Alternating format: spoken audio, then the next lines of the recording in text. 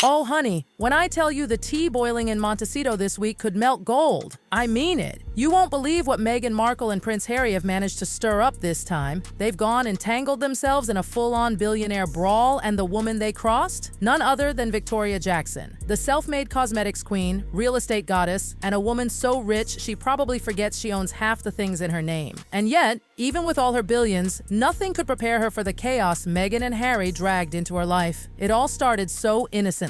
Victoria, minding her glittery business, decided to lend her private jet to her so-called friends. A nice gesture, right? She probably thought, what's the harm in helping those poor royals who can't seem to go a week without upsetting someone? Well, baby, that generosity turned into a lawsuit faster than you can say, return my plane. Because when Meghan Markle borrows something, it doesn't come back on time, and apparently, sometimes it doesn't come back at all. You see, Victoria's the kind of woman who buys a jet on a Tuesday and forgets about it by Friday. She's got homes scattered across America like Monopoly properties, Beverly Hills, New York, Montecito. She's practically the queen of comfort. And she was always kind to Meghan and Harry, always. When they left the royal drama behind and came running to California, she was one of the few who opened her doors and said, stay as long as you need. And boy, did they take that literally. Those two were in her New York brownstone more often than the mailman. Every time you blinked, there they were, living it up, eating, lounging, taking selfies. It was all smiles and sweet thank yous at first, until that private jet entered the picture. That jet was supposed to be borrowed for a few days, maybe a quick trip, but from what insiders say, Meghan and Harry treated it like a permanent upgrade to their lifestyle. Not a loan, not a favor. A lifestyle choice. Victoria expected it back on Tuesday. Tuesday came and went. No plane, no message. Just radio silence and Meghan posting glam shots online, acting like she just invented luxury travel. The woman was fuming.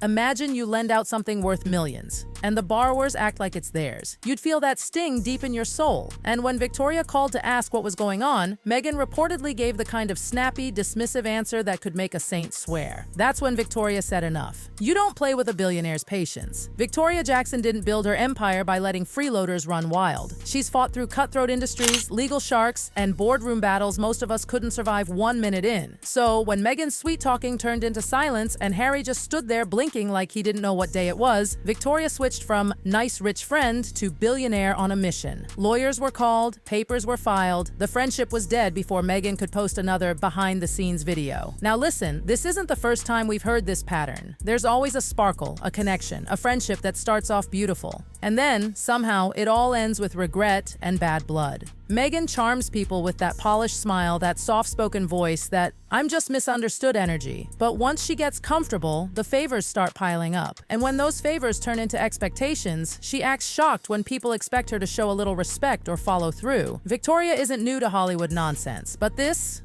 was personal. It wasn't just about the plane, it was about principle. The lack of gratitude, the audacity, the sheer entitlement. She told a close friend, and I quote, I lent them luxury and they returned chaos. You could almost feel her fury shaking through the marble floors of her Beverly Hills mansion. And the internet? Oh, darling, it hasn't even caught up yet. When this story really hits social media, it's going to explode. People love a Meghan and Harry scandal. It's the gift that keeps on giving. From royal exits to lawsuits to podcast flops, these two can't seem to escape drama. It follows them like glitter at a drag show. Let's not forget, Victoria wasn't just another Hollywood acquaintance. She treated Meghan and Harry like family. She gave them shelter, privacy, comfort, things money can buy, sure. But friendship is what makes it special. And what did she get in return? Stress, disrespect, and a reminder that generosity, no matter how rich you are, still has limits. She's not just suing for a plane, she's suing for her dignity. Because, darling, it takes a lot for a billionaire to step down from her pedestal and say, enough is enough. Usually they just cut you off silently and move on. But Victoria wanted the world to know. This isn't how friends behave, and she's not alone. Oh no.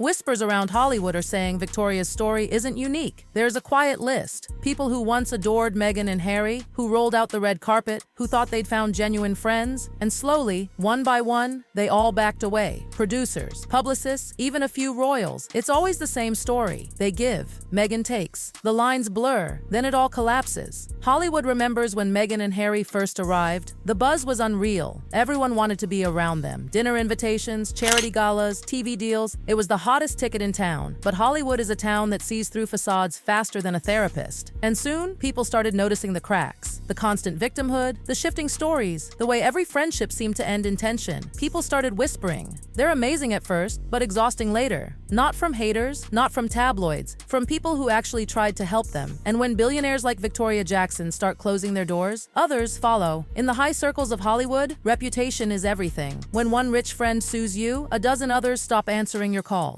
Victoria's brownstone, by the way, is legendary. That's where Meghan and Harry stayed during that so-called car chase in New York, the one half the world rolled their eyes at. The house has a glass elevator, oak finishes, chandeliers that could blind you, and yet Meghan reportedly treated it like a hotel suite with late checkout. Imagine that level of disregard. You can practically hear Victoria muttering, "Never again." And what's wild is that Victoria tried to keep this quiet. She didn't want to embarrass them. She gave them chance after chance. But once Meghan brushed off her concerns like lint on a dress, that was it. Victoria's lawyers are handling it now. The smiles are gone, the doors are shut, and the jet is probably somewhere wishing it could talk. And let's be honest, Meghan and Harry's track record with friendships isn't exactly golden. Even back in the royal days, there were murmurs about tension, about staff who worked overtime to protect them only to feel disrespected later. People who defended them in public but walked away in silence. That silence? It says more than any interview. Now here we are. Another friendship burnt to ashes, another scandal to feed the headlines. Victoria's story has already made its way into elite circles, and it's changing how people see Meghan and Harry. The question people are whispering at fancy dinner tables isn't what happened anymore. It's who's next. Because when one wealthy woman sues, the rest take notes. They start checking their boundaries, their generosity, their trust. And in Hollywood, trust is worth more than money. Once it's gone, good luck getting it back. Victoria's patience was her luxury, and Meghan spent it recklessly. You can almost see her now, sitting in her Montecito mansion, perfectly calm, sipping tea with that little smirk that says, "They messed with the wrong woman." Meanwhile, Meghan and Harry are probably in crisis mode, trying to control the narrative, maybe dropping hints that it's all misunderstood or blown out of proportion. But the truth? The pattern is too familiar. Every time there's a fallout, they act shocked. Every time a friend walks away, they play victim. But the world's catching on. Victoria's lawsuit isn't just about a jet. It's a wake-up call. A billionaire's patience is not infinite. You can only charm your way through so many favors before someone finally snaps. And when someone like Victoria snaps, it's not quiet, it's legal, it's loud, it's final. She's the first to take a stand publicly, but she won't be the last. You can bet your pearls on that. Because behind those polite smiles in Beverly Hills dinner parties, more people are whispering, "Maybe I should have listened when the others warned me." This entire saga feels like deja vu. Another friendship gone sour, another headline that reads like a soap opera plot. Meghan and Harry's story keeps looping. Glitz, glamour, chaos, fallout, repeat. It's almost predictable now, and that's what makes it sad. There was a time people believed they were misunderstood, that they were breaking free from a toxic system to build something better. But if everyone around you keeps leaving, maybe it's time to look in the mirror. Victoria Jackson didn't just lose a jet, she lost faith, and in that world, that's priceless. The same woman who once welcomed them like family now can't even hear their names without a deep sigh. She's done. She's moved on. And if you ask me, she's setting the tone for what's coming next. Because once the powerful start closing their doors, the fall from grace gets lonely real quick. And Meghan and Harry, they might just learn that the hard way. Oh, sweetheart, the story didn't just stop there. Oh no, it spiraled into a spectacle big enough to make Hollywood itself gasp.